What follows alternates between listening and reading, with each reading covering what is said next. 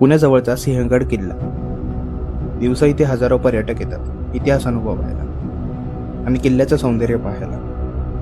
पण स्थानिक लोक सांगतात रात्री उशिरा इथे थांबण्याची चूक कधीही करू नका, कारण मध्यरात्रीनंतर किल्ल्याच्या तटबंदीवर कधी कधी पावलांचे आवाज ऐकू येतात, जणू कोणीतरी जड बूट घालून हळूहळू चालत आहे.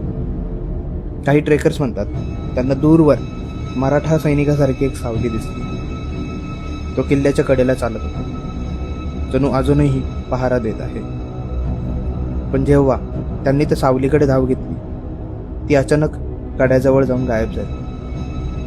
आणि सगळ्यात भयानक गोष्ट म्हणजे त्या रात्री त्यांच्या मोबाईलमध्ये पावलांचे आवाज रेकॉर्ड झाले होते, पण व्हिडिओमध्ये कोणीच नव्हतं.